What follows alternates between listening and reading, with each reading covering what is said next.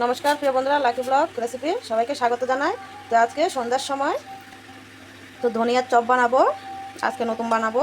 তো ধনিয়া পাতা দেখো শিকড়গুলো কেটে নিয়েছি আমি, এবার ধুয়ে পরিষ্কার করে নেব।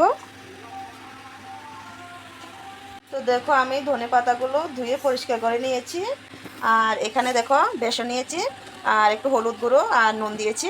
এবার একটু জল দিয়ে মেখে নেব।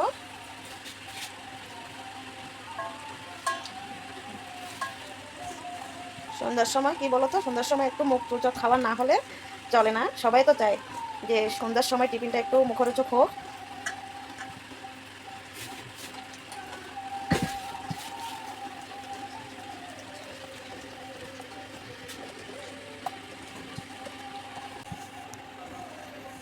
আমার ব্যাটারটা হয়ে গেছে, এবার গ্যাসে উনুনটা জ্বালিয়ে দেবো। গ্যাসের উনুনটা জ্বালিয়ে দিয়েছি, কড়াইয়ে গরম হয়ে গেছে, এবার রিফাইন তেল দিয়ে দেবো।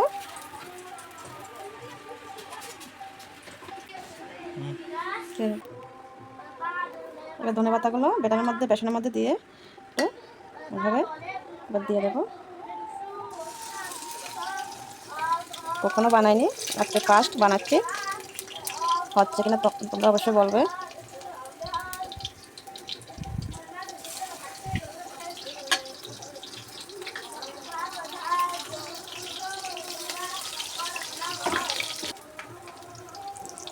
এবার একটু উল্টে দেব ধরে।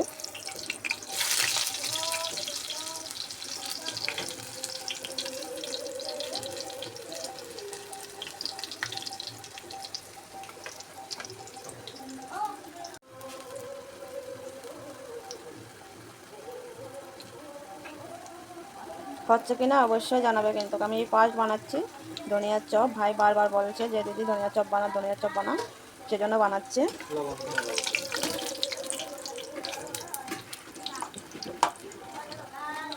দুটো একসাথে জোড়া লেগে গেল, হয়েছে। এবার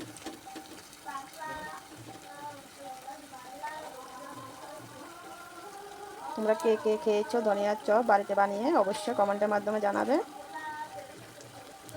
আর আমি যেগুলো বানাচ্ছি খেয়ে তোমাদেরকে বলবো কেমন হয়েছে। এগুলো হয়ে গেছে, এবার এগুলো তুলে নেব।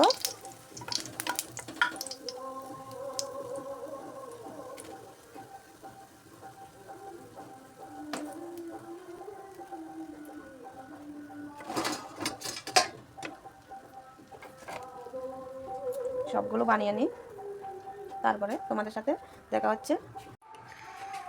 দেখো সবগুলো ভাজা হয়ে গেছে চপ। এবার দেখি একটা খেয়ে কেমন লাগে।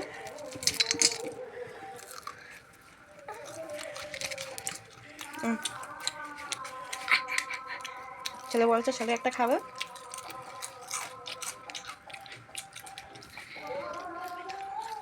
কেমন হয়েছে বাবা? দারুণ হচ্ছে। দারুণ হয়েছে, ভালো লাগছে তো? সত্যি দারুণ লাগবে এটা।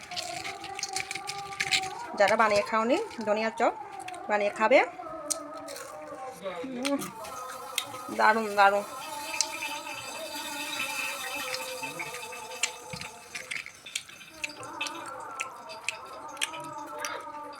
দারুণ হয়েছে। এই ভিডিওটা তোমাদের কাছে কেমন লাগলো অবশ্যই জানাবে। যদি ভালো লাগে তাহলে একটা লাইক আর শেয়ার করবে, আর যারা নতুন হয়ে দেখছো তারা একটা সাবস্ক্রাইব করে দেবে, পাশে থাকবে।